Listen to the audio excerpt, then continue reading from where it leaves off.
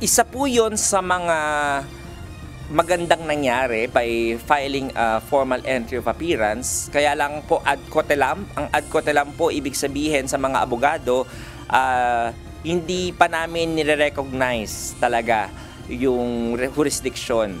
So, pina-file lamang namin to comply at saka for para hindi namin ma-waive yung aming mga dapat gawin. Kukwestiyonin ang jurisdiksyon. Ito ang inaasahang susunod na gagawin ng defense lawyers ni Vice President Sara Duterte sa impeachment proceedings.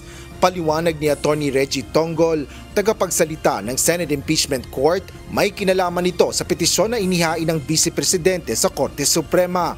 Partikular ito sa pagkwestiyon ng kampo ni VP Duterte kaugnay sa pagpapatuloy ng impeachment case laban sa kanya. Isa yun sa mga issues niya. So ayaw niya pong mamut at mabaliwala yun. Kasi pag nag-subject na po sila sa jurisdiction ng impeachment court, wala na pong i-decidean ang Korte Suprema.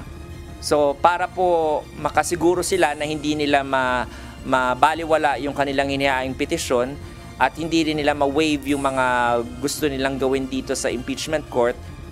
Ayon pa sa impeachment court spokesperson, ang pagsusumite ng formal na entry of appearance ay senyales ng kooperasyon ng pangalawang Pangulo sa summons na inilabas ng impeachment court.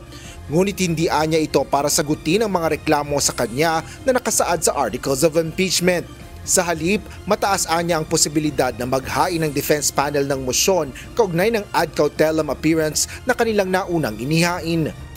Yun po yung action na ine-expect natin from the defense by filing an ad cautelam appearance na magfa-file po sila ng either answer with affirmative defense questioning the jurisdiction or a motion to dismiss the case for lack of jurisdiction.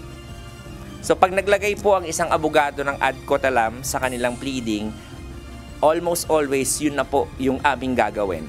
Ka-questionin ang jurisdiction.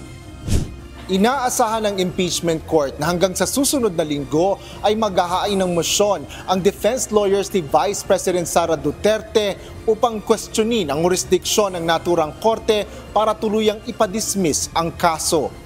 Asher Cadapan Jr., UNTV News and Rescue. Diyos ang aming sandigan, serbisyo publiko ang aming pinahalagahan.